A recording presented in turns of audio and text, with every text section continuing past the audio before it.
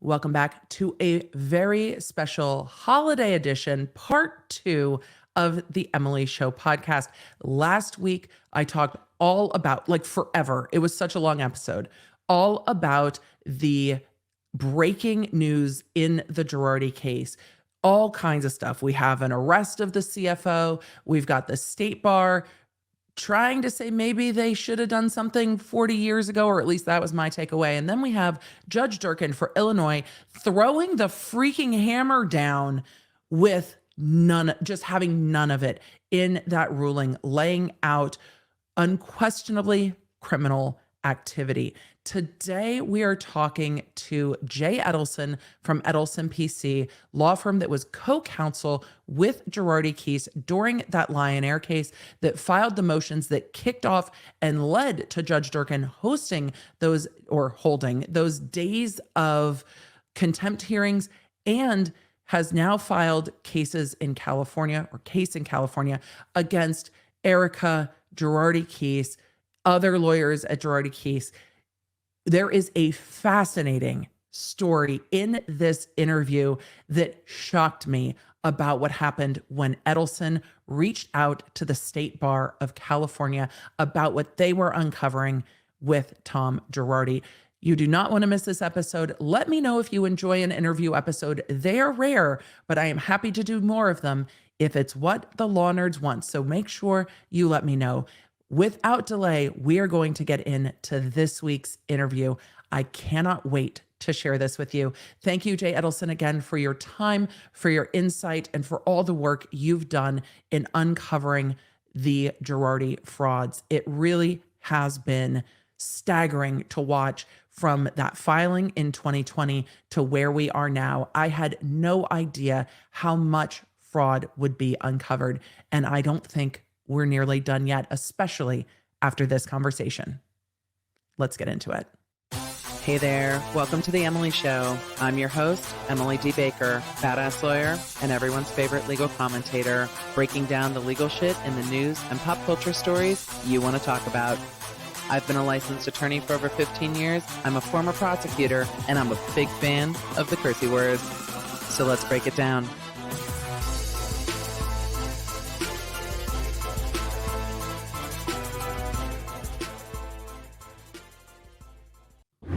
Sometimes good habits are hard, and my husband, Dr. B, is a dentist and asks me all the time if I'm flossing or if I'm using my water flosser, and reminds me that I only need to floss the teeth I would like to keep. And I'm regularly like, yeah, babe, yeah, sure.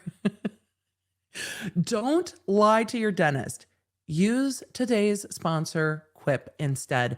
I will tell you, switching from traditional floss that I had to wrap around my fingers, which I hate, and then try to get them into my mouth, which I also hate, to a water flosser made a tremendous difference because it is so easy. Here is my pro tip. Do not use freezing cold water from the sink. Warm that water up a little bit, and it will make your water flossing experience so much better. Quip is making it easier to stop lying to your dentist, even if that dentist is your spouse. Build better habits and try feel-good flossing with their new rechargeable cordless water flosser. And for flossing on the go, you know how much I love the refillable floss stick packs. I rave about them every time we have a Quip sponsorship because they really are that good. So trust me, now's the time to take the plunge into feel-good flossing. It's time to get a little something for you and make sure you are taking care of your smile. And because you're a listener of the Emily Show podcast, we have a special deal for you.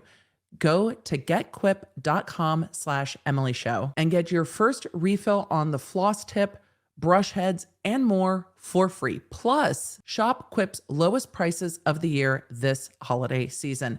And you know what? If you have somebody impossible to buy for, maybe just say like, hey, I'm interested in helping you take care of you. Here you go. The water flossers are cute, man. Don't sleep on those. Spelled GETQUIP.com/Emily Show. Quip, the good habits company. Now let's stop talking about our teeth and get back in to the teeth of today's episode.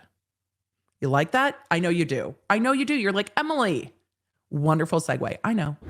Law nerds, I am thrilled to be joined today by Jay Edelson from Edelson PC. You've seen his name not only in articles that we've covered on the Twitters and on a lot of the filings. It is my personal opinion, and I will stand by this, that it was their filing in the Lion Air case that brought the media attention to the Girardi Keys scandal, to Erika divorcing Tom Girardi in an interesting timeline, and to all of this falling apart when the judge in Illinois, Judge Durkin, froze assets and asked, WTF is up with this $2 million in missing funds. But we knew of that because of the filing from Edelson PC in that case back in 2020. So Jay, welcome. If you want to introduce yourselves to the law nerds, go ahead and say hi. Hi, it's so nice to be here. The one correction on the timeline. So it was the divorce came before our public filing. Yes, but I think you guys tied together the timeline of this is what's going on in court, and then she filed for divorce, and then you filed.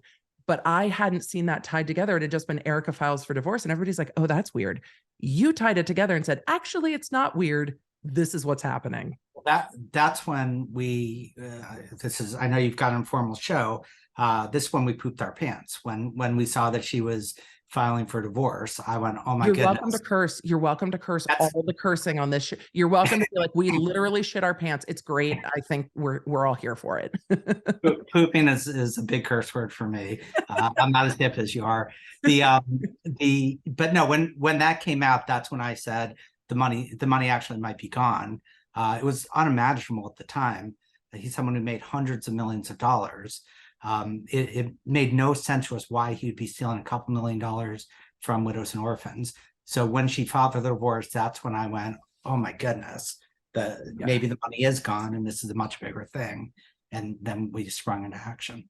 I can't imagine what that sinking realization must have been like, because you haven't been paid as co-counsel. You're learning that your clients who are, as you said, the widows and orphans of this horrific air disaster haven't been paid. The Girardi Keys firm is the firm that's liaising with Boeing, liaising with the clients. You guys are local counsel. And to start realizing, oh God, not only did our clients not get paid, but the money might be gone. Everything happened after you filed seemingly in quick succession, because it seemed like the judge immediately was like, you need to tell me what's going on. And then there was that hearing where Girardi's lawyer said the money is gone. What was that like from your perspective? Because it seemed like that was the moment when it's like, oh no. Yeah, that was actually stunning. I know some people have had criticism that we should have spoken up more quickly, and I'll take that criticism.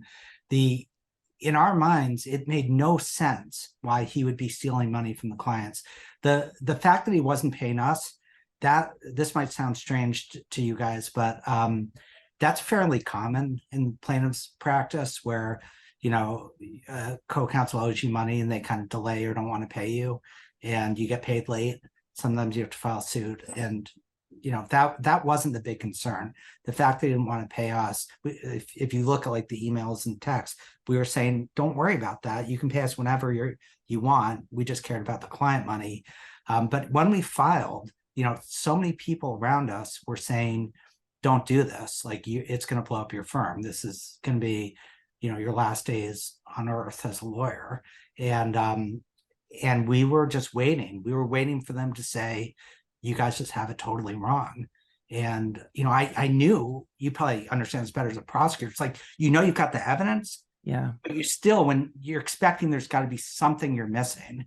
And so when we heard we weren't missing anything, I was stunned. And then when we found out that was the tip of the iceberg, that he'd been doing this, to the tune of hundreds of millions of dollars, that I still can't actually believe that. Feels like we're in the middle of a movie. Not only were you, pulling on a thread that you didn't know where it was going to go, but it really, I think, was the push on the house of cards, because Judge Durkin was the first judge that took action based on your filing, the first judge that held a hearing, the first time we all heard the money is gone. And though clients had known this and had been wandering through the court system, it hadn't really been put together and brought to the public. And the thing you touched on was the concern and those around you saying, look, you're going to destroy your career if you call out Tom Girardi. You're going to destroy your firm. And as the head of a firm, you have people's jobs and families in your hands. And in California, I think a lot of lawyers are like, I'm not saying anything. Even the lawyers involved in this are like, oh, well, we read the judge's opinion on last week's episode. The lawyer saying, well, I've left the firm, so there's nothing more I can tell you. That doesn't absolve you just because you've left now. There were so many inside Girardi keys that could have said something and didn't. And then when you did, I can imagine in hindsight, it's easy to be like, oh, well, this is a staggering fraud. But at the time, it was a shocking revelation that the money was gone. Yeah. I mean, what was nice was the last things right before we filed. I spoke with Keith Griffin and I said, we are about to do this.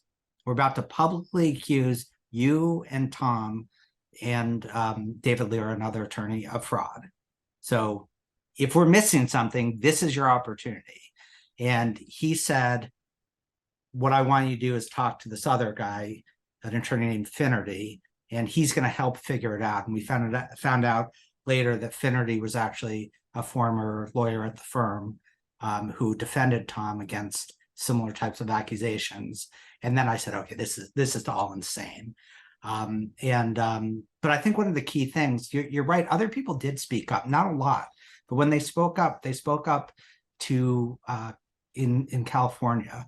They spoke up to the bar, which we know, hundreds of times, and they spoke up to courts in California.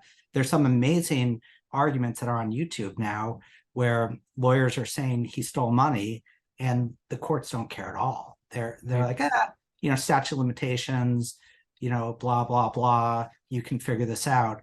I think the key thing was that we filed in Chicago. Chicago is, it's known for kind of a very, I don't know, brass knuckle. Chicago's not a stranger to fraud, but also these are judges that have no affinity for Tom Girardi. They don't care that he knows the LA County Sheriff. They don't care what judges he's put on the bench in California. They don't care that he's donating to the governor. These judges don't have connection to Girardi Keese and his reputation, I think, the way that those in California did. So this is, maybe I'm drinking the Kool-Aid. I don't think that the Chicago judges care about connections in Chicago either. I'm fairly well known in Chicago, and the judge didn't have any problem saying, let's figure out if as he said, you're in the soup. And we knew we were going to get that. We knew he was going to say, why didn't you speak up earlier? That's what I love about Chicago judges. They don't give a damn when it comes to kind of who you are. It's about the facts. So we really saw that in the contempt hearing. We really saw the judge saying, I don't care where the evidence leads, it's going to lead somewhere, and where it leads is where it leads, and I'm going to follow it. I want to know who knew what and when, what you could have done and when. And now that we've seen the CFO get arrested, what was staggering to me is looking through Judge Durkin's, because I attended some of the days of the contempt hearing, they were illuminating.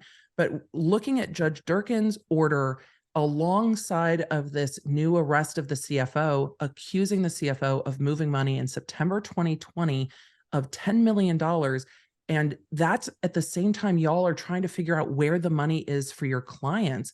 And the court's like, if I had known earlier what money might have been there. And I'm looking at these two things going, well, if you had known earlier that it wasn't just a health issue, it wasn't just, oh, we're trying to shift to remote work because of COVID and all this other bullshit.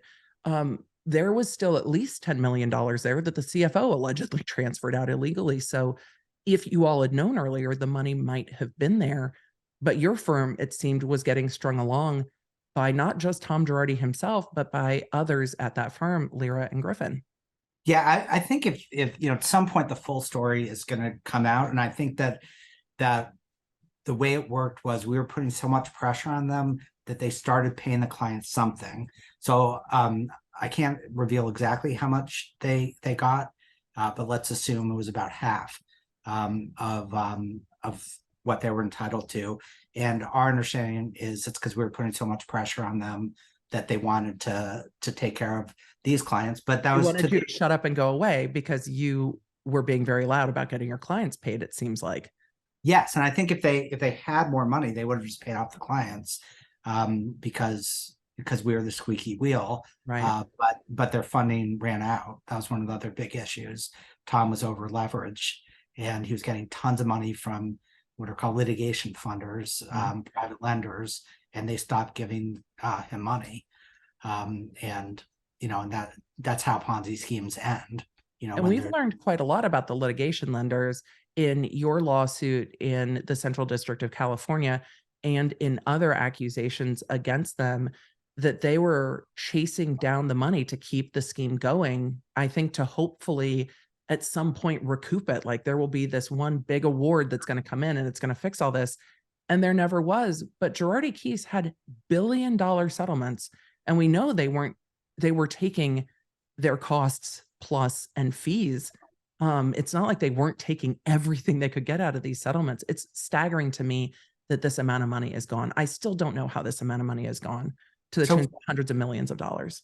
Yes, that was, I think, what they're holding out hope. They had all these Porter Ranch cases. Yes. That they were expecting it's going to settle soon, and in their minds that was going to give them a huge windfall in terms of fees.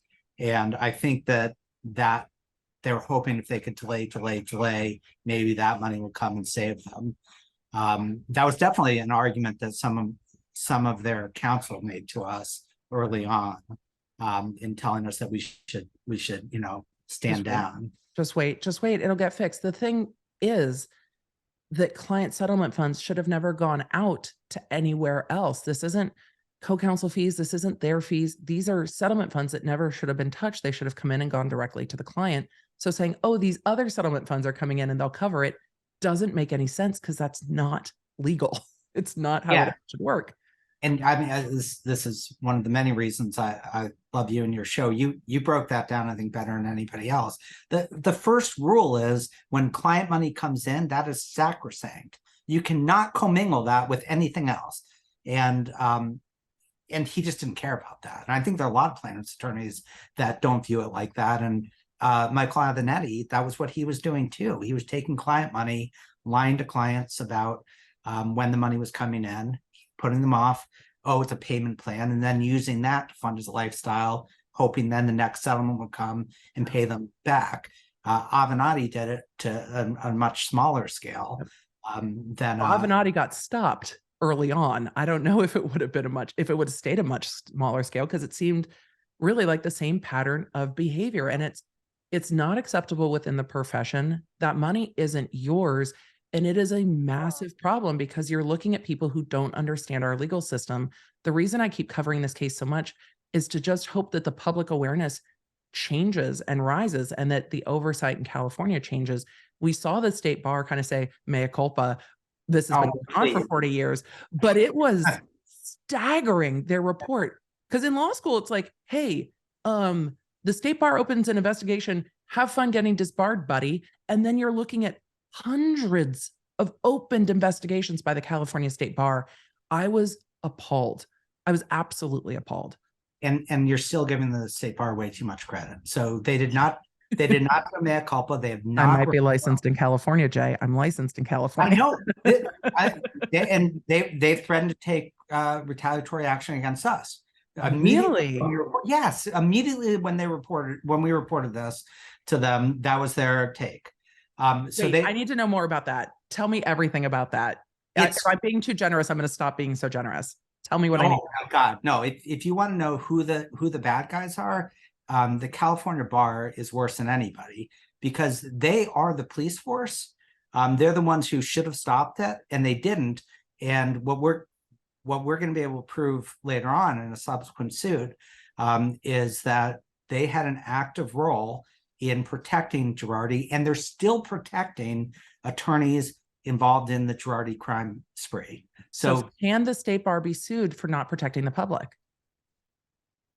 He's saying, yes, I think so. Your opinion is yes, the state bar can be sued for not protecting the public. I get asked this question a lot. In theory, can the state bar be sued? It's your opinion, yes, the state bar can be sued. Well, yes, definitely. The question is where they can be sued, but not whether they can be sued. So they've got some 11th Amendment defenses, but I mean, I don't want to start giving away what their defenses are, but here's what I can tell you. When we found out about this, we reported this to the California bar, and we thought they were going to say, "Oh my goodness, we're with you." We thought they were going to be. Response should absolutely have been, "Holy shit, this is staggering. What were those state bar agents doing that were partying with Tom Girardi back in the 90s and early 2000s? We're appalled that this happened. Let us see what we can find. We're going to fix it." And I'm glad that those people are no longer at the state bar. That should 100% have been the response. It wasn't. Instead, they said that first they said they weren't going to do any broad investigation into the other attorneys who clearly were involved in the Ponzi scheme. The idea that Tom did this alone is silly. The other attorneys of the firm certainly knew about it. Judge Durkin's order kind of makes it clear his view about what the role was. And so we thought they were going to start investigating. And the response first, this is going to be stunning to you. Their first response was, "Jay, there's no snitch rule in California." That's how they called it. That it's a snitch rule. Because it is a snitch rule. Yep. But anyone who calls it a snitch rule means you're on the wrong side. Yep. A prosecutor would never call something a snitch rule because that demeans whistleblowers. Yes. And we said, but we're not saying whether California licensed attorneys should have disclosed this. We're saying whether they were involved in, they participated in it, covered it up, lied to clients, all of that. And they said they're participating in theft from client accounts. That goes a bit beyond, hey, this attorney might have done this or that and didn't communicate. This is stunning. And Judge Durkin kind of laid that out, what the model rules were. And it was funny, as I was going through that last week, the amount of people who were like, wait, what? So let's break down the California quote unquote no snitch rule. Attorneys aren't obligated by the bar to report other attorney malfeasance, which is not the rule in a lot of jurisdictions. That's true, except for when we started pressing, then they switched tacks and said, well, wait, you guys have some licensed California attorneys. Maybe they should have spoken up. So we're going to start investigating for that. And we're like, right. So you want to investigate us now? Cool. Right. But we're not going to do a broad investigation into David Griffin and all these other people. And the number of arguments they made, and we said, you've got to have a special prosecutor. And they said no. We said, you've got to tell us how many other complaints there were about David and Keith. So they've now said, oh, by the way, since the 1980s, we were told that Tom was stealing from clients.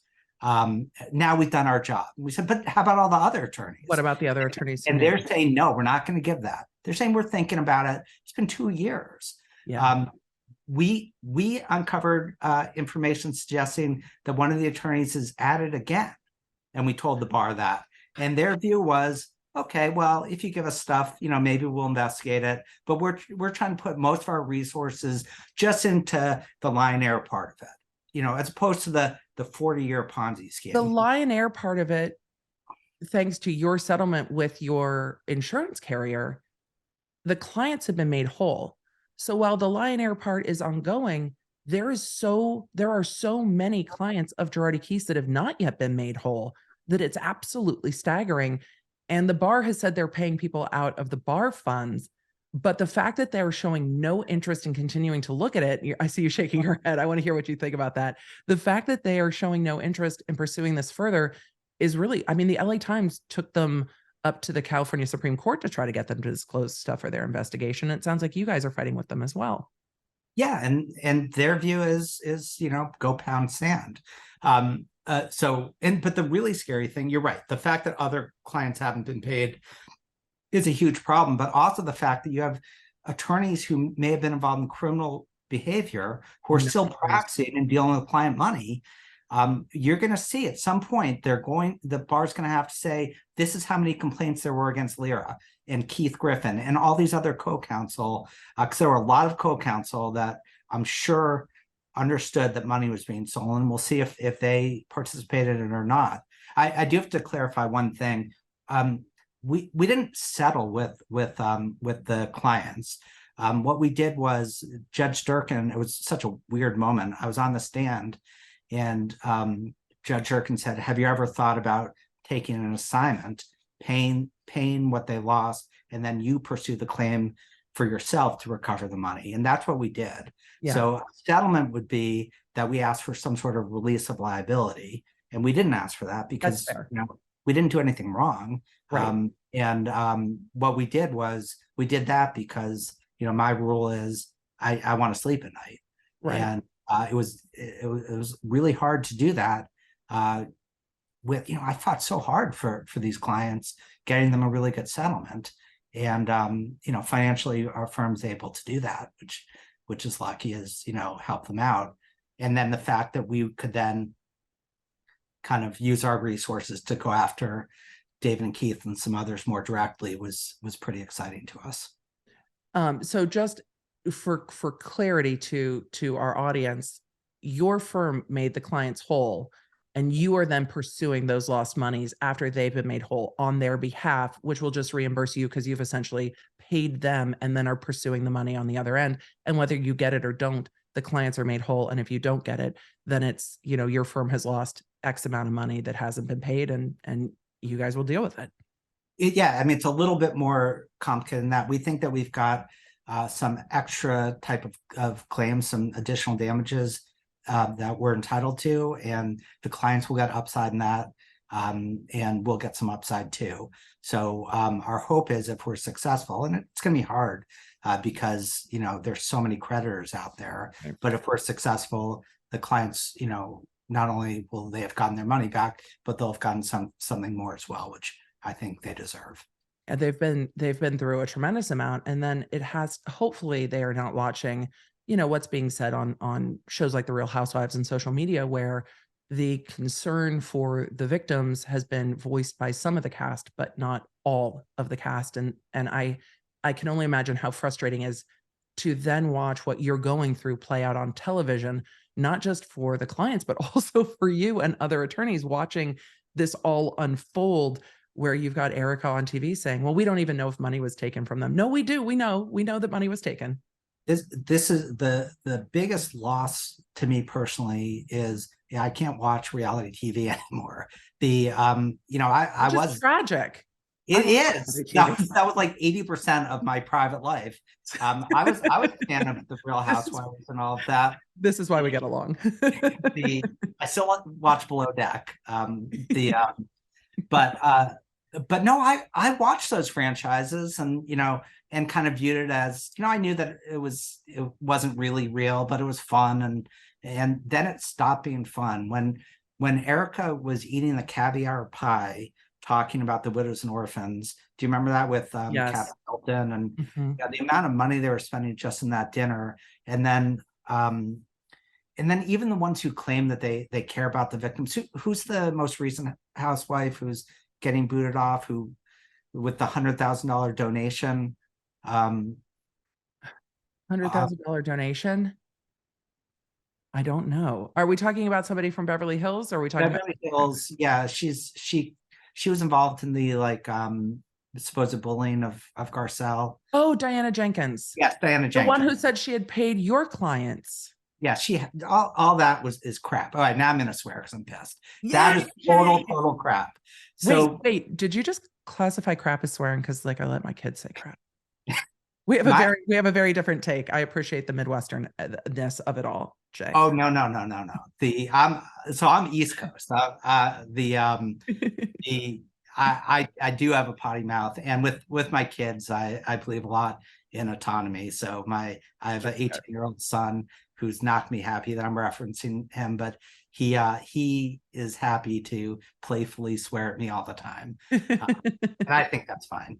So I think that's great, but I appreciate it. I also appreciate that, though I get to be a attorney that just makes content, you also do have clients, and I appreciate that there is a level of comportment, and so I will not tease you about it. Well, we took a break for a minute. Can we talk about where you are streaming from? Because the wall behind you is absolutely fantastic, and I wanted to ask about it because I think Jay could be a streamer. I do. This is a fantastic backdrop. And for those of you listening in the audio, you'll have to just come over to YouTube and take a look because it's great. Your mural's incredible. Thank you. Yeah. First of all, you do the streaming thing great, and I have zero interest in ever trying to compete with you or even do my own small thing. I don't know how you have the energy and charisma to handle that. But that's not me. I think I'm good at being a lawyer. And You're like, I like doing what I'm doing, which is totally fair. But yeah, no, this is my office. You know, we have a different type of firm. I'm very into volleyball. We have a volleyball court right outside my office, and we play every day. So in the building, it's amazing, and it's a very it's a very casual place. We work on huge cases, but have a lot of fun. We put out our own rap videos. We're actually working on one now, which is going to. I just heard Ari Shard, a partner of the firm. He's a genius in terms of writing lyrics and rapping, and we're going to put one out. We're about Tom Girardi and Erika and the California bar. I love that. Amazing. So yeah, it's, as you know, being a lawyer can be tedious. And when you're working on big cases, sometimes you need an outlet to relax and let go of some energy. And we try to do that at the firm.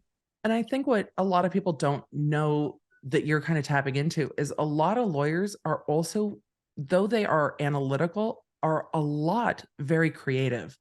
And you have to be in law, both logical and linear and creative, because you have to make connections that no one else is seeing yet. You have to look at problems from different angles to solve them. And you really do have to get creative in your writing. And you guys have some sassy writing. We very much appreciate it with the crispness of your complaints. They're very easy to read. Not everyone can write that an audience could pick it up and read it, even if they aren't lawyers, and say, oh, I understand exactly the point you're getting across. And that takes more skill than people notice. It takes a lot of skill and effort to make something seem simple when you're talking about legal concepts. And that does take quite a lot of creativity. So I'm not surprised that your firm is also making music videos. I love it. Yeah. Well, thank you. That's very nice. It's fun. There used to be karaoke during Christmas parties at some of the offices I worked at the DA's office. I was always blown away. I'm like, wait, y'all can like sing though. Like I just make jokes, but y'all can sing. It's insane the amount of talent that we have at the firm, which I didn't realize.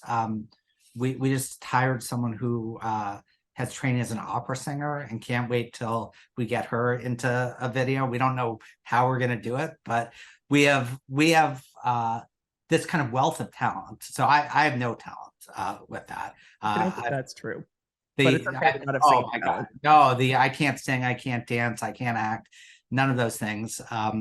Anytime I do anything creative, it's always kind of behind the camera, which I like. But no, it's been great. Like the people at the firm who are really creative people, and we tend to attract more and more of that, and it's just been fun. So yeah, it's a big part of our firm. And I think your firm is kind of the way we're going to see firms going, with leaning into the uniqueness of their attorneys and their skills, instead of trying to make them kind of cogs in a wheel, or just make them be carbon, copies of each other. And I think that's where you really get the brilliance in law, is having really diverse and creative and talented attorneys. But most diverse and creative and talented attorneys don't want to work in a firm that tries to kind of pigeonhole them into being just one way. And I think that that's a really incredible thing. Your firm, because we didn't really intro it earlier, we just started talking about it. Your firm deals with all types of cases. This is unusual, but you've dealt with some really large tech cases and others. Do you want to just share a little bit about the types of cases you guys regularly cover?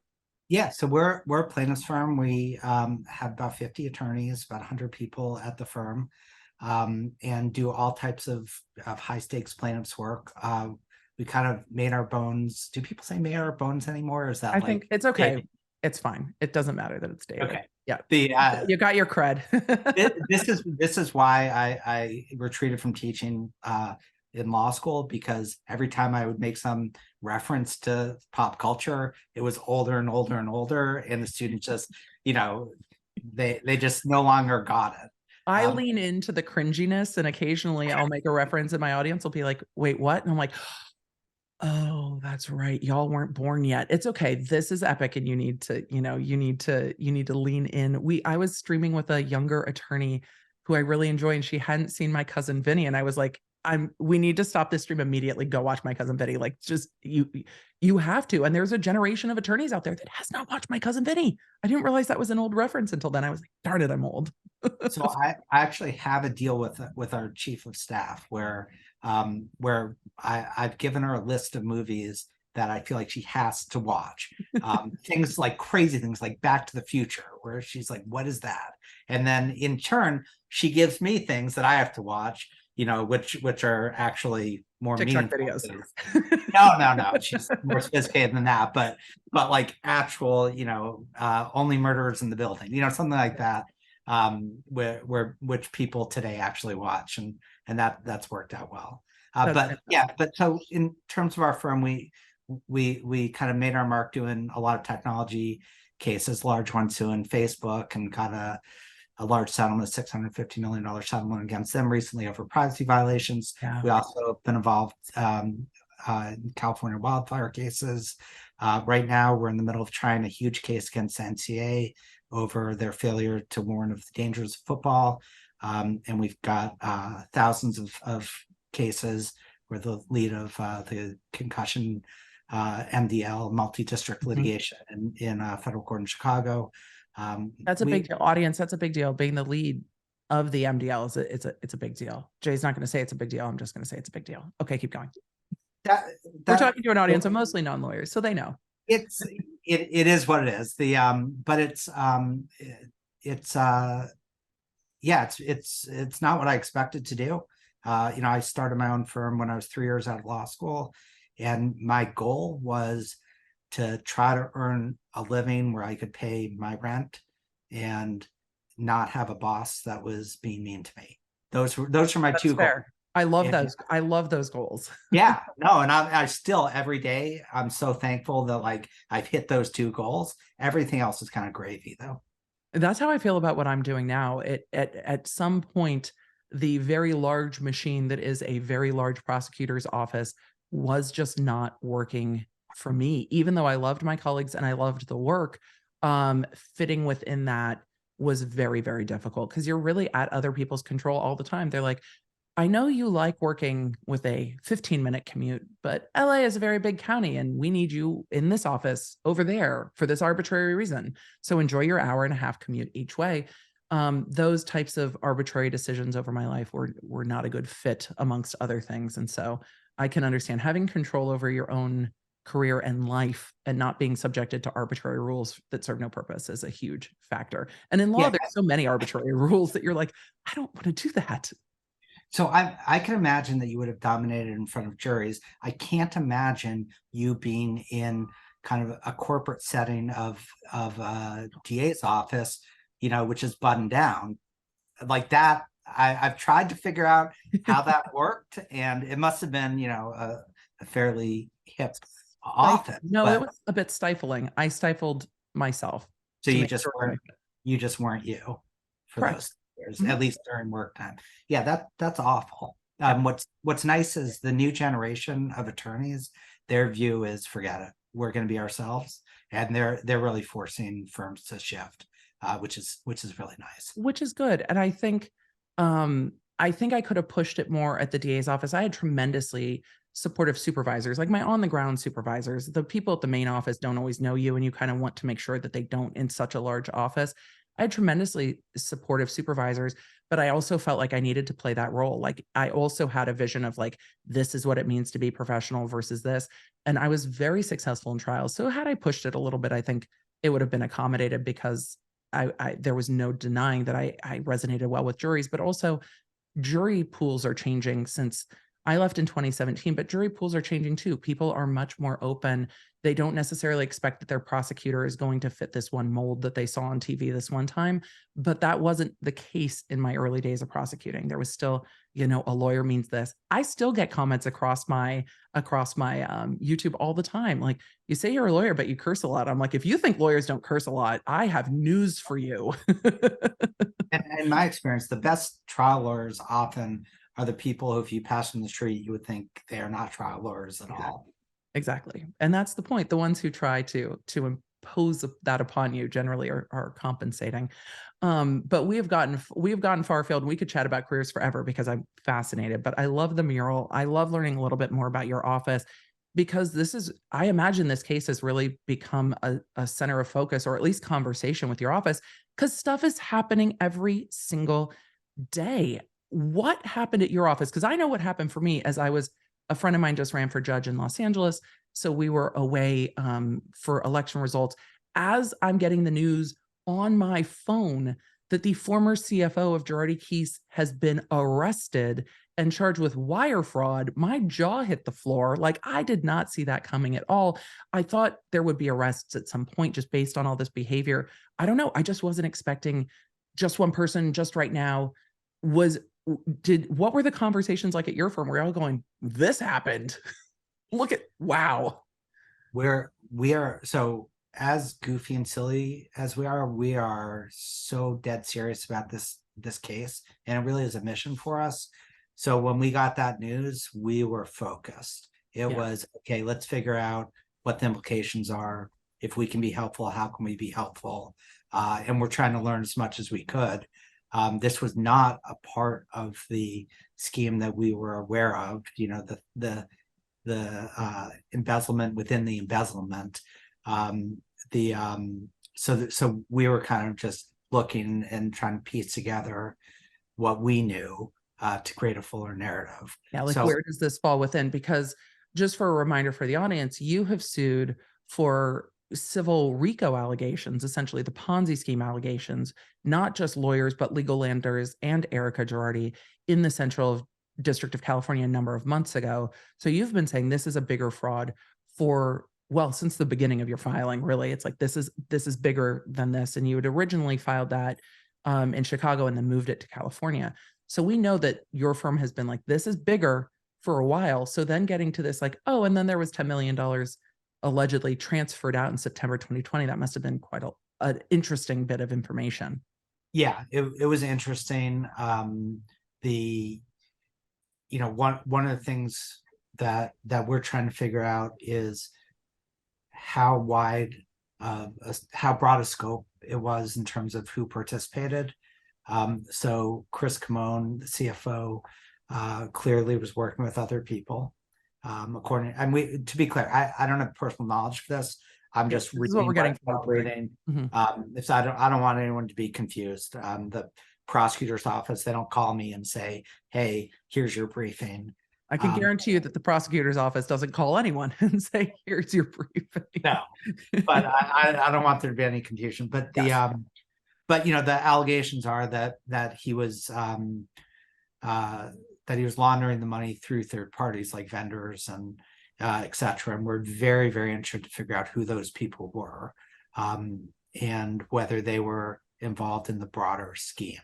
The broader scheme is what we care most about, which was the 40-year, $100+ million theft of client money. That's what we are laser focused on.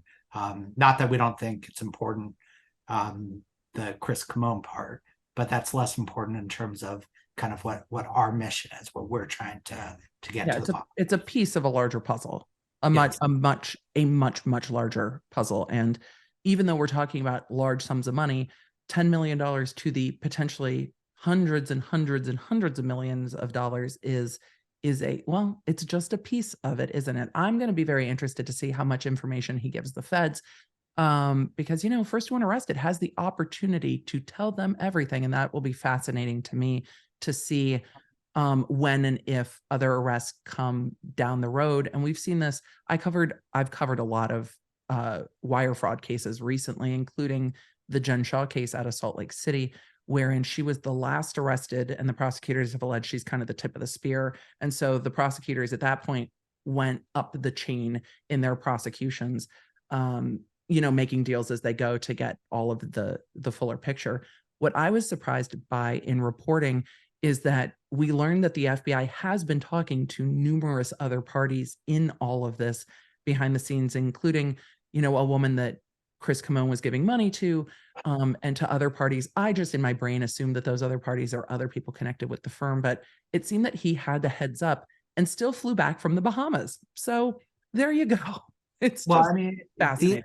I, I don't think that these are the most brilliant criminals ever. I think that they were effective um, because there were a lot of corrupt forces which allowed them to get away with this for decades. And I think then you get a certain amount of empowerment. You think that, you know, you're invincible. But yes, it doesn't make sense to me why he would come back to America. He was in the Bahamas, came back supposedly to meet his sister, I think. And I don't understand why he would do that. The thing, this you're probably going to think I'm silly. The thing that really upsets me about the Chris Kimon thing is that he hired Skadden Arps to represent him, and a former U.S. attorney. So those are appointed by the president, as you know. That is a very tough job to get. The woman he hired is clearly an incredibly impressive lawyer. I'm guessing that she charges well over $1,000 an hour. And that actually makes me sick to my stomach. We've been dealing with Skadden because we've been suing him separately, and he hired Skadden for the civil cases too. And the idea that he's using client money to hire the most expensive lawyers out there feels really crappy to me. Yeah, it's I commented on it a couple times because I was stunned. I'm like, wait, his attorney's from Skadden. How is he affording Skadden? And he would, this is my perception, again, no inside knowledge, but when you're looking at white collar criminal defense, you're taking money up front. You're not waiting to get paid later. There is a substantial retainer generally involved in that. And it's interesting given that he seemed to have had foreknowledge of this because he got arrested and then arraigned. I don't know how you could have gotten someone from Skadden on the phone and hired them as much a few days that they had from the time he was arrested to the time he was arraigned on charges and then held in custody to transfer back to California. So we know he knew this was coming because in the detention hearing, we heard that he had been given the heads up by the woman he was trying to get to come down to live in the Bahamas with him. She said that she had been talking to the feds. So we knew this was coming, and it was planning for it by talking to attorneys, as one does, but with what money? And money that probably came from clients of Girardi Keys, or at least I wouldn't be surprised if it did, because where else is his money coming from? That's how it feels like to us, that it's, Yeah. you know, it's burn victims, it's people who suffered the worst tragedies, and then, you know, they were doubly victimized. And then there's something really just disgusting about that. You know, what was he spending money on? You know, buying, you know, what, a Birkin $150,000 purse. They didn't say what kind of purse. I'm just guessing it's a Birkin, like a super rare run. I don't know purses, but I asked someone, I said, are there actually $100,000 purses out there? And the response I got was only Birkins. Yes, So, that's what I assumed as well. But yeah, that is really disgusting to me. Like, that money is really meaningful to the real victims, and he's spending on purses, you know. It was how I felt about seeing the actual check from client trust accounts for Erika Girardi's earrings that are supposed to be going up for auction early next month. It was that same sinking feeling of, you've got to be kidding me. Like, when you think it's not going to get worse, this case continues to show the levels of people not caring about what's going on with this money, using it as their own personal piggy bank, and feeling as if, or seemingly feeling as if, they were above the law. But when you're Tom Girardi and you get into the into 2018, 19, even 2007, people have been complaining about you to the state bar since the mid 80s, and shit hasn't happened to you. Why would he think anything other than he's above the law? Because everyone he's interacted with has protected him to allow this to happen. The judges who said, oh, this is past statute of limitations, the clients who he intimidated by phone calls, the other firms that he tried to intimidate, he's gotten away with it. So why wouldn't he keep doing it? But seeing those checks being written for cost out of client accounts was there's something so visceral about it. And one of his first reactions to us bringing this to light was for him to call me up and try to bribe me and offer offer to use his connections with California judges to make me another $1 million. And, you know, remember, this is the guy who had dementia, but was able to string all that together. No, he was trying to strike a bargain, because I think that's what had worked for him before. Right. So that's my take. This Yeah. was not his first rodeo. And, you know, he had 2 gears. One, which we've heard from others, is you'll never practice in California again. I'm going to destroy you. He did not do that with us. And then the other was, I'm going to bribe you. And I'm going to make you rich. yes, which, okay. You're like, thanks. We don't want to get rich the way we see you getting rich. That's not what motivates us. And I think for Tom Girardi, he doesn't understand people who aren't just motivated by money, because it's worked so much for him. And your firm is not motivated by money. You're motivated by purpose. And that's a very different thing to deal with. And I don't think it's something he was used to dealing with. No. He whenever he and I had personal interaction, it was oil and water. We did not see the world similarly. Yeah, it was a values misalignment, I think you would say. It was, yeah. And I think we've seen that a lot. I mean, I've heard some of the voicemails he's left for people, voicemails that you attached. I'm a good guy, just trying to be charming. But I've also heard the vitriolic voicemails where he's threatening people, and he seemed to shift between the two. If I can be charming, I'll be charming. And if that doesn't work, it goes right to the threats and the vitriol. And I can understand why some in California would be concerned by that. It's like, look, I don't want to touch this with a 10-foot pole. What's so shocking to me, not just the clients that were hurt, but, you know, his son-in-law is roped deeply into this, David Lira. So he's impacting his grandkids, his daughter, his Wait, family. hold on. You're blaming Tom for that as opposed to David? I'm blaming both of them. I'm Okay. blaming both of them. Absolutely. But to know that you're committing all of this fraud, and to knowingly bring your son-in-law into that to impact your family. And hold on, we've got a big issue here. oh, this is a fantastic issue. We want to see the puppers. Okay, this is my best friend in the world. This is my dog, Arlo. I'm sorry, he Don't just you started- apologize. We're Pawnards up in here. I'm sending you Pawnard merch after this interview immediately. Arlo. He is, I'm not saying he's the best dog on earth, but I haven't seen a dog that's better. And I'm sorry, now I've got people in the room.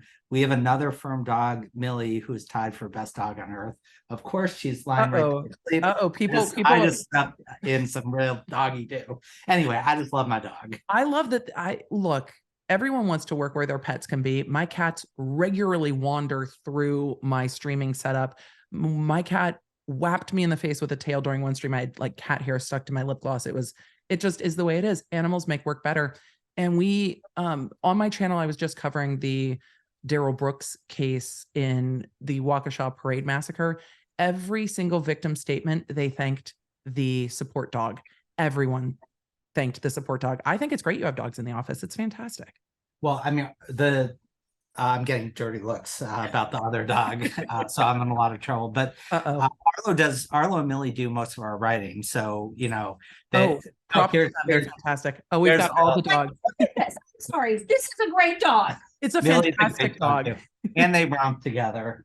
But yeah, no, it changes. You know, we're in very stressful situations, and you know, we'll have mediations involving hundreds of millions of dollars, and having a dog there changes everything. The other side's chill, we're chill, and it makes everything work a little bit better. I really do believe, I've done a little bit of civil work. I was a civil research attorney. I worked during law school in the AUSA's office. I worked as a DA. When you get a point where lawyers can be human with each other and have a conversation and not butt heads, it's better for the clients. Everyone comes to a resolution that is truly a compromise, which is what most of law is compromising to get to at least somewhere where you can move forward from. And it costs clients less if lawyers resolve things without the vitriol, without the back and forth you suck emails, and without protracted litigation. I think bringing dogs into it is brilliant. You take everybody back to, let's have a conversation and see how we can work this out. And that's really how law should be. It shouldn't be people trying to beat each other over the head with hammers. Yeah, we don't mind protracted litigation either, because we think, you know, sometimes you do have to go to trial. And sometimes you need it. Yes, but I agree with your sentiment. Yeah. And you know what, truly for plaintiff's law, it makes sense. Sometimes you need it. Sometimes the harm done, the only thing that's going to work, not only for victims, is for them to have their voices heard, for them to stand up to the wrong that was done to them, but for a jury to come back and say, this is the money that is going to make this right, and then bring in the punitive damages. And some of that just can't be reached with settlement. Oh, no question. So I get it. But we have talked about, well, the California State Bar. I didn't know you guys were going back and forth with them and trying to work with them, and have been showing them, look, this is what's going on. And they're like, For 2 years we've been doing it. For 2 years. Jay, that's so stunning. It is crazy. It's so stunning. So when you saw their report, you were like, a little too late and a lot. I was pissed. That's when I was pissed. It was, are you guys kidding me? So as we're going and we're making these allegations and putting ourselves in the line and saying, we think there's been a crime spree. And then we're up in court in the contempt hearing, and we're trying to explain what was going on to the judge with Keith and David. And all this time, the California Bar had unique possession of all of this evidence, which would have helped us. And they sat on it. And it's insane. They could have stopped this if they had done their job at any point. Then all these victims, it wouldn't have happened. Girardi would have been in jail. That's what the law nerds were asking. It's like, but why not 1985? Why wasn't this stopped in 1986? 1980? Like, why are we getting 10 years, 20 years, 30 years, 40 years in? The volume of clients that were harmed in that period of time is literally mind-boggling to me. And that's just Girardi. And that's just Girardi, right? I'm sure a lot of people had problems with the firm, probably had complaints about other lawyers at the firm. Because those are the lawyers that they would have dealt with directly. They wouldn't have dealt with Girardi directly, because not everyone's going to deal with him directly when they deal with Girardi keys. And people should know that it is very rare to get, a lot of bar complaints. Very rare. Our firm has had thousands and thousands of cases on behalf of literally hundreds of millions of people. And, you don't get, sometimes you have people who are just upset. We had a bar complaint. We filed suit against some gun manufacturers for there was a shooting near Chicago on July 4th. And we brought suit against them, and we got a bar complaint from someone in the public who said, you guys are violating the Second Amendment. You'll get kind of those bar. The public, well, when you work on the internet, the public sometimes has opinion, but client complaints, especially about stealing money. My view is the second a client says that, the world should stop. Yes.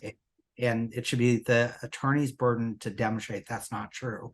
We actually have proposed legislation in Illinois, and we're hoping that gets passed, which will give clients the right to immediate accounting if they have any concern that they haven't been paid in full.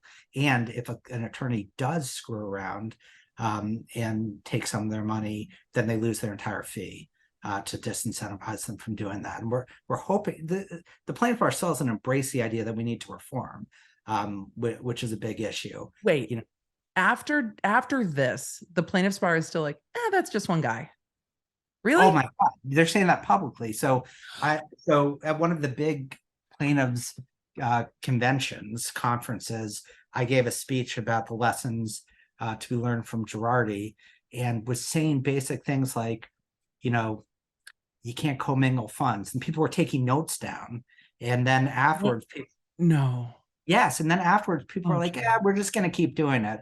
And the argument I made to them, and, I'm sure some are watching now, was that when the prosecutors come, they aren't looking at what you're doing in the future. They're looking at what you did for the last 5 years, at least. Mm-hmm. So you don't want to wait until everyone's in jail and then say, now we're going to shape up. It's kind of too late. It's way too late. And from a prosecutor perspective, y'all are setting yourself up for easy pickings, especially for elected positions that want to signal that we are prosecutor's office, that want to say, we are taking this seriously. We've heard you. The public is being damaged by licensed professionals. the licensing agency seems to be protecting them. And this is where prosecutors come in. Prosecutors have no problem going after you. Why? Well, they've got their job. They're not worried about you taking action against them. They're protected by their office. So it sets it up for prosecutors to very much take a look at, because there's no excuse for funds being commingled. Like none. That's not hard. That's so basic. And plaintiffs' attorneys, we're supposed to be reformers. Like, that's what we do. We go in and they're polluters, and we say, you know, you got to fix it. But then when it's in our own backyard, we all, you know, protect each other. And so we still get calls from people saying, please stop. You know, all you're doing is shining a spotlight into plaintiff's law. And our view is right. That's a good thing. You're shining a spotlight into a system that has been taken advantage of, not just by Tom Girardi. Have you been looking at the Murdaugh case in South Carolina? No. Tell me. Oh, Jay. Okay. Can I give you a quick rundown? Yeah, sure. Alec Murdaugh is a legacy in South Carolina. His family had been solicitors in South Carolina, like their elected DA, for like 10 generations or some crap, back to the early 1900s. This unraveled very quickly, but it involved client theft. He is now accused of murdering his wife and son. He staged his own murder and was shot, but grazed and didn't die. And yes, was charged with, you know, his own murder for hire, the person who he hired. There are allegations of drug use, of drug distribution. And then they are starting to rope in the bankers, the trust accounts. He had created an account that looked like it was going to a plaintiff's trust account that would invest in and send funds to clients. So he created a bank account with a similar name and was funneling money into his own bank account so his firm wouldn't catch it. When his firm got wind of money stolen, the one that hurts is watching money be stolen from his own housekeeper who died on his property, which is now being re-looked into. They actually exhumed her to re-examine the cause of death, but died on his property. He set up the family with an attorney who was like, oh, this attorney will help sue me because I've got insurance and we'll just make it all work out. And then he stole the funds from her estate. His law firm, when they got wind of it, paid that back and is suing him the same way y'all have done. But it's just staggering. He stole from his like housekeeper or house manager, who also was a nanny to his children, of 30 years from her children after she passed. It's staggering, but the money amount is less. It's in the tens of millions, but also the housekeeper's death is suspicious. It's a lot. The housekeeper's death is suspicious. He's alleged to have killed his wife and son. There is a lot of suspicious activity with cover-ups with regard to his son, the deceased one, who got into a boating under the influence and killed a young classmate. There is a lot of cover-up that went on in that case that is still under investigation, and there's a lot of civil suits, of course, into that. It's staggering. So the tentacles on that one don't just go towards client funds. They also go to police cover-ups and like systemic corruption. But he's a plaintiff's attorney. Yeah, well, most plaintiff's attorneys I think are good. You know, I'm not. I agree with you, but when it goes bad, it can go bad so badly. And the hypocrisy is what you know. Tom spent his life, his professional life, talking about, you know, what a great job he did for all of his clients, and, you know, was made famous through the Aaron Brockovich movie, and it seems very possible he was stealing money from the Aaron Brockovich clients themselves, and accepting awards, naming buildings after himself. Lawyers Hall of Fame. Yes, no, these guys, so when I gave that speech at the plaintiffs conference, they started by mentioning all of my awards, you know, because we all get them, you know, it's whatever. I have a silver play button. What's that? What? From YouTube, a silver play button. Oh, wow. These are the types of awards I get now. I do have some police commendations and stuff like that, but as a prosecutor, it is not the same. It is not the same as like getting emails from super lawyers being like, we have space. I'm like, I don't. Yeah, but so they did this big thing, you know, this is why Jay's a big deal, and these are all the awards. And I started by saying, I think the one thing we have to agree on is that awards don't mean anything. You know, Tom was speaking at the same conference a few years ago, and the awards he got were 10 times better than mine. Hall of Fame plaintiff's attorney and, lawyer of the best lawyer of the last 10,000 years, whatever crazy awards he got. It's all And just he was using those to insulate himself to an extent of saying, because we heard from the bankruptcy trustee, I think it was, about the stacks of the magazines that were, mostly paid placements that he was giving out to potential clients, saying, look at how great our firm is, look at the recognition we have. And I don't know how clients are supposed to overcome that, because they know he's got a great reputation. But if you go look at the bar, no public discipline, what's a client supposed to think? And then how alone they must feel when they're like, I think my lawyer's doing something wrong. And they call other lawyers, and other lawyers are like, I'm not touching that. I'm not touching that. I'm not going after Tom Girardi. No. Yeah, but the clients weren't the suckers. I mean, we're sophisticated and we were suckered by it. Yes. We saw the same awards, we saw the same huge verdicts and settlements, and the huge displays of wealth. But one of the things I really liked about Judge Durkin's opinion was, I won't say he endorsed any of our theories, but we've argued that Erika was used as a front woman, as someone who really portrayed this huge amount of success and wealth. Yes, and it's expensive to be me. It puts it all right in there. Yeah, and that we believe we're going to be able to show to a jury was a crucial part of the fraud.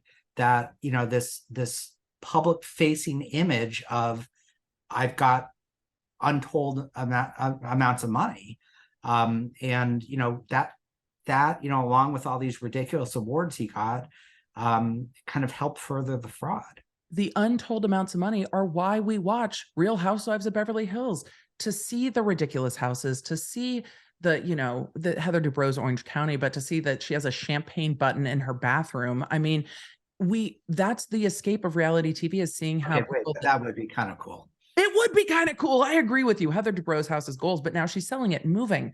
And I have questions. I want a champagne button. My champagne button in the bathroom works like this. Brian, bring me champagne. Though, since we've moved to Tennessee, it maybe needs to be a whiskey button, because I do think lately I've been drinking whiskey way more than champagne because I love it so much.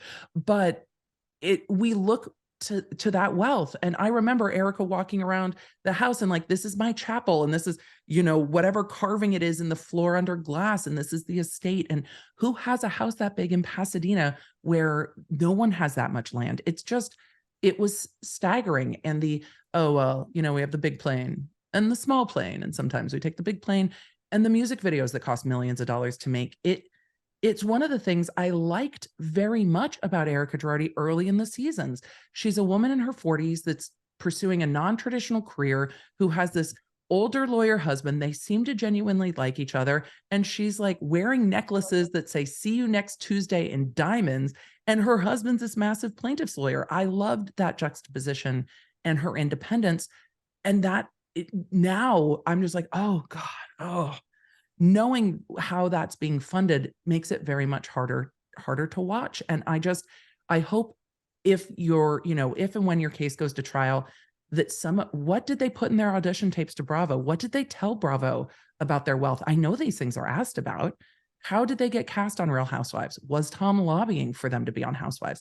And if Tom's lobbying for them to be on Housewives, is it in furtherance of the scheme that you've alleged? Is it to really continue showing it? Because now it's not just LA that knows it, it's worldwide. I went to BravoCon in New York. Next year, you have to come to BravoCon, Jay. This will be fascinating. You're like, no, thanks. I don't know what BravoCon is. So I'm listening. Jay, sorry. BravoCon. Yeah, because you're busy. You have like a job and stuff. BravoCon. No, it's more because I'm lame. I work, I play volleyball, and I go home and get to sleep by 9 p.m. It's not because I'm leading this, super, super busy, fun life. No, I love that. I want to be in bed by 9 o'clock always. Exhausted. Bravo put on a 3-day convention that covered all of the Bravo properties. It was the size of a Comic-Con convention. Hundreds of thousands of people at BravoCon at the Javits Center in New York. And they have panels like they do at a Comic-Con of the different Bravo enterprises. They have Q&As. It was a massive convention. The panel for Real Housewives of Beverly Hills had a legitimate stampede of people trying to get seats in the room to see what Erika had to say. I mean, this is still her presence on Beverly Hills is still very much driving people looking at her. Now it's in a more negative way, but I think it drove, there's plenty in my YouTube audience that hadn't really heard of Tom Girardi outside of California before they were on Real Housewives. That is what brought him to more of a international being known, and being known by a younger audience who were like, oh, he's that other lawyer from Aaron Brockovich, not the main one. So it's I really want to know what they sold to Bravo to get on the show. So this is the thing. This shows how naive I am. That was one of the most stunning things that kind of came out of this for me, which is I didn't understand how big a deal Erika was in the world.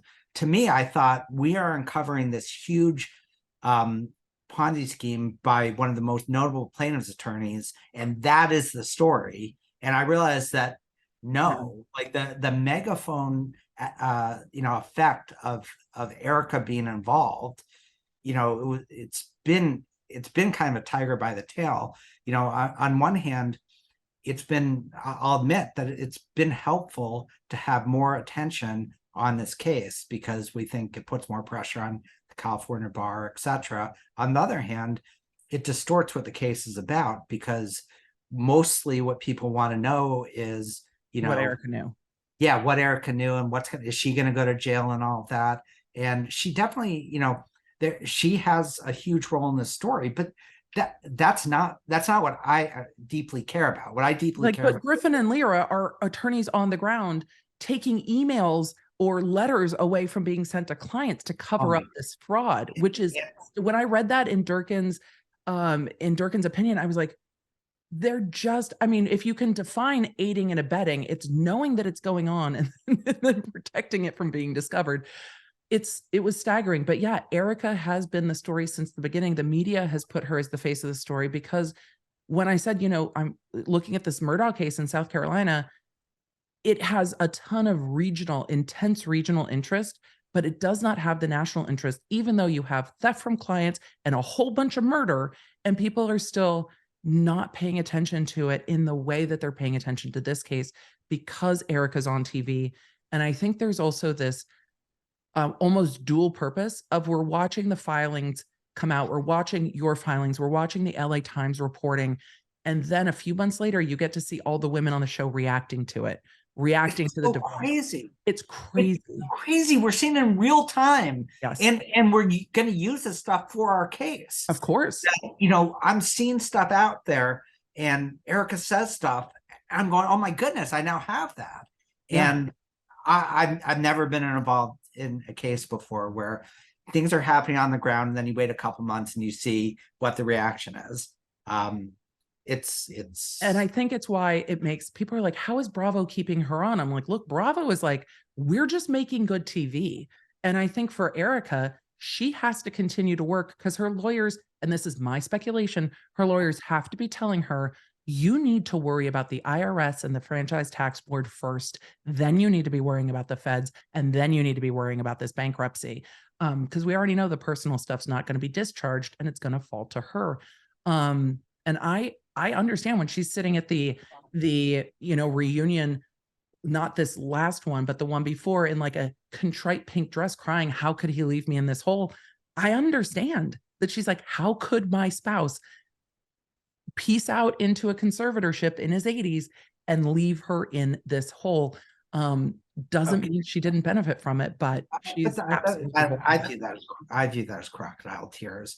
I mean, we know she's been talking to him, even recently. She said and we've got recordings out there of that, of Tom, who has interceded on her behalf, even though apparently he still has dementia. He's able to do that.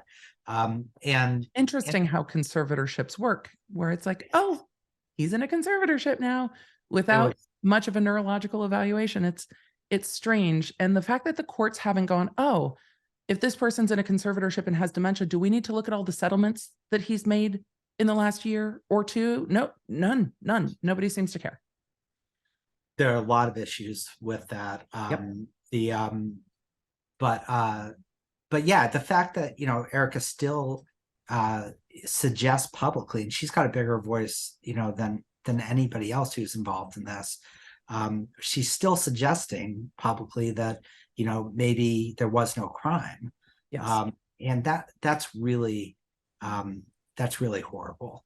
Tom has admitted to it. He's been disbarred because of it. There's no question. I want your audience to hear this clearly, because you know that you don't want to accuse people of crimes, because you can be sued for defamation. So you don't want to do it unless you're 100% sure, and then use wiggle room, likely Tom stole money. No, he absolutely stole money. Tom Girardi absolutely stole money. And Judge Durkin laid it out in his last order that there was things that were unquestionably criminal, amongst saying other things by Lyra and Griffin were both contemptible and sanctionable, but because you've made the victims whole, there was no remedy for it.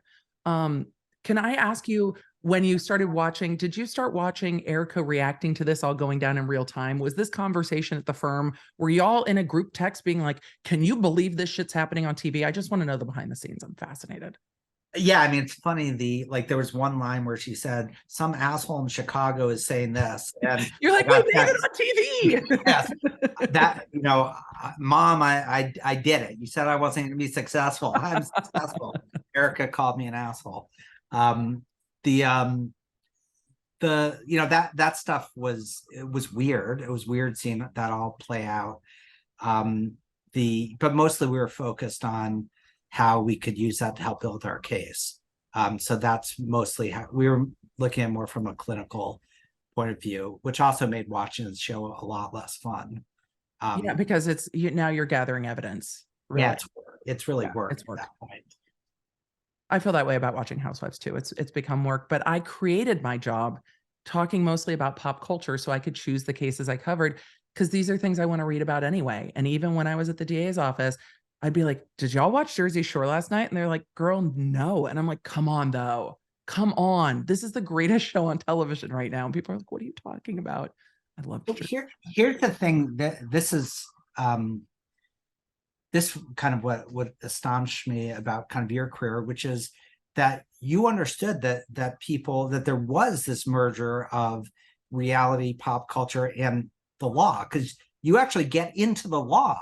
Yeah. With it, where if you had come to me, this is why no one asked me for opinions. If you come to me and said, I think there's a crossover and people want to understand the substance of the law in this context, I would have said, yeah, maybe like 6 people. And and I'm glad that I'm wrong. It's been amazing to see. I know I'm not really the person supposed to ask questions, but did you expect this to happen, to like take off like this? Jay, it's a conversation, and you are more than welcome to ask questions. I did not expect it at all. When I told my husband I really wanted, when I told my husband I was leaving the DA's office, he's like, okay, we're going to figure that out. And I had gone into consulting for online business owners strictly. And then during the pandemic, I started branching out and covering, first it was Kanye West putting all his music industry contracts on Twitter, because I never worked in the music industry. I never got to see those types of contracts written, hundreds of thousands of dollars into these contracts to negotiate his album deals and percentages. So I started covering those. I was sitting there screenshotting everyone he put up, thinking immediately like Universal is going to send a cease and desist, and those are all going to come off at Twitter. And people were like, wait, I want to understand more about that. I want to know more. Like, we've seen him do this, but I want to understand more. And then there was a very large lawsuit that is a nuanced legal lawsuit involving a massive YouTube influencer, Toddy Westbrook. She was suing a business partner. The business partner sued her on a derivative for the business. And I was like, this is fascinating. But also, the lawyers that filed that initial lawsuit were media savvy enough to throw in references to other YouTubers. They made it very shady. And the media was like, oh, this is interesting. I'm like, wait.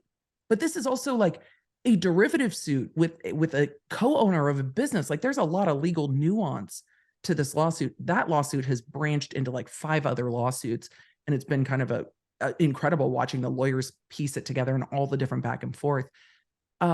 So people were interested in it because of who the person is. I'm interested in it for both reasons. And it was referencing things we had all watched play out online. So it had all those elements that what we see in the Girardi case. It has somebody who's a public figure that people are interested in and aware of, but it also has this aspect of watching it in real time and then watching everybody's reaction to it that's involved with it. You're watching one of the people involved with these cases react to it on television. And that's the same as watching YouTubers react to their own lawsuits on Twitter, because it happens in some of the suits I cover. You're getting the parties on Twitter against advice, I'm sure, of all counsel, talking about their cases. It's insane. It's Only on funny YouTube. that so I'm going to go back to my son again because I want to rip him publicly, but he watches a lot of people like you who are doing legal commentary in the pop culture context. I think some of the ones he watches aren't really the ones he ought to, but he does what he wants. And he'll come to me and he's like, "Hey, Dad, so they mentioned some other case of yours, not a Girardi case, but some other case, and this is what I now know about it." And I'm like, well, I'm literally right here. You could ask me anything. Instead, you're listening. I'm not going to mention the person, but you're listening to this person who doesn't understand any bit of it at all, and it's my case. Jonah, come on, stay with me. No, I'm much more interested in someone else talking about you than asking you about your cases directly. Yeah, my kid came home during the Depp Heard case and was like, "Mom, somebody at school's like, you have 200,000 people on your live stream." I'm like, I do have 200,000 people on my live stream. He's like, "Why?" And I'm like, "I don't know." Because we're watching this trial together and it's wild. There are things happening in court. And we know that from being in trial, that unexpected things happen, but there's no studio audience. When you're in trial, you're like, that just happened. And you might have a colleague that witnessed it. And you're like, that incredible thing just happened in court. With Depp v. Heard, we were all watching it together on the internet going, oh my God, the guy from TMZ just roasted the plaintiff's counsel. Weird. Yeah, that was a crazy trial. And the public is interested and always has been interested in law. We've seen that since the OJ trial. People are deeply interested in understanding our legal system. We've seen that with the popularity of true crime. And we know that people around the world are interested in pop culture. And that's where, being able to bring that together and bring actually a legal understanding, I think makes it helpful, because our legal system is super complex. And there's a lot of facets to it. And being able to break that down lets me do the law stuff that I love, talk about the pop culture stuff that I love. And it makes me feel like I haven't wasted years of my life watching reality TV. Now it was just training. I was in training. Yeah. But when they were doing it for OJ, it was stuffed shirts doing it. It was not accessible. And frankly, a lot of the people doing it, they weren't lawyers. They might have had that like in their background on their CV, but they weren't really like trial lawyers. Most of them hadn't done trial work, and very few legal commentators have done trial work. I know. They get a lot wrong, and they make it less accessible to people. So this has been just so much fun to be on. But I just credit you the fact that not only did you do this, but then you broke through to mainstream stuff where kind of everyone was like, yeah, she's the expert. We lost. I love that I get to have purple hair. And, Discovery Plus is still like, yeah, you're the legal expert we want on our documentary. I'm like, great. Yeah. We're all on the same page. This is the new legal industry in my mind. And, I love it if people are watching you and saying you can be a lawyer and actually be yourself. And I love that too. And I love that you've created that at your firm. I love that you are not just creating awareness, but also writing your legal filings in a way that serves both purposes. It's made it tremendously easy to cover because you're so clear. It's easy to see what your theories of the case are. You're not trying to play hide the ball. You're not trying to make it more complex than it is. And that takes a tremendous amount of skill, and it's a credit. I mean, I watching the contempt hearings, everyone that testified from your firm was so open. I mean, as you should be at a hearing, but was so open and honest with, this is what happened. And we are just as stunned as you are. And if that's on us, then that's on us. But we are stunned that this happened. And it was inconceivable when it happened that the true case was not that a firm was dicking around with your legal fees, but that the money was stolen and gone. That was really staggering. And I think in hindsight, it's easy to forget that. But a ton of credit to you and your firm for having the fortitude to go after what you knew was right. Yeah, thank you. I mean, in hindsight, I'm really glad we did. I am too. But yeah, it's not the journey I expected to be on, but we're glad that we've been involved in the fight. It's not. It's the tip of the iceberg. But Jay, do you want to let people know where to find you and follow you? I follow you along on Twitter if you want to share that, and where people can find your firm and follow along with everything that you're doing through not just my content, but through you as well. So this is not my world. I don't. He's like, don't shout out my Twitter, damn it. I don't even know what it is. It's probably like, I'll share it in the notes. I'll share whatever it is. But yeah, I would recommend that people keep watching you to understand what's going on. You're able to break it down in a much better way than I can, and also are freer to say things. There's certain things I can't comment on. But you're still involved in all of this. We are, and it's gonna last for a couple more years. That's what I tell people, and they're always shocked. They're always shocked. They're like, so we're done. I'm like, no. And when I choose cases to talk about, people are surprised when I say, no, I choose a case knowing that I might be in it 3, 4, 5 years making content on this, because we're not just going to drop it. And we are a long way from done in these cases. And I'm going to be here covering, because now I'm too deeply invested. I need to know how this ends when it eventually does. So Jay, thank you for your time today. Thank you for all your incredible work, and for really taking the time to sit down and do some long form content with me. I'm sure that they will ask for you to be back, and I will happily have you back when we have some more to chat about in the future. Thank you so much. This was a lot of fun. Thank you. All right. Okay. Thank you so much for being here. I hope you enjoyed that conversation with Jay Edelson as much as I did. Just a quick reminder, if you are looking for some holiday goodies, the Law Nerd Shop for just a few more days has a sale going on for you. We re-released the hoodies with embroidery. I'm wearing one now for the video audience. I love our new hoodies so much, but there are staggered sales, and your discount code for the members are in your members' spaces. So don't forget to check out lawnerdshop.com for all your holiday Law Nerd gear. And if you order stuff now, if you are in the US, you will get it before the holidays. International shipping times may vary, but you still should get it before the holidays if you order during this sale. The shop goes on sale like once a year. It's on sale through Cyber Monday on November 28th. So don't forget to head over to lawnerdshop.com and take a look for yourself. And with that, thank you for being here. Thank you for being a Law Nerd. I am raising my 5-pound, ridiculous 40-ounce Stanley, like thirsty quencher, whatever it's called, mug that I love so much, that's literally bigger than my head, to say, I hope that you are well.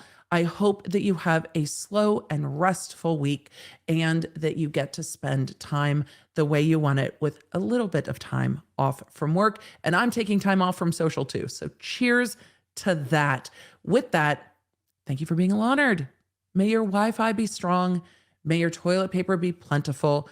May your turkey be well cooked. May your pumpkin pie be pumpkin pie spice-erific.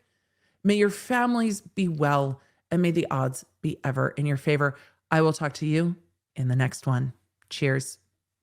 Connect with me everywhere. I'm at the Emily D. Baker. If you guys want to join the text, just text Emily.com. If you want to join the channel, lawnerdsunite.com. Happy to have you. Support what we do here on the YouTube.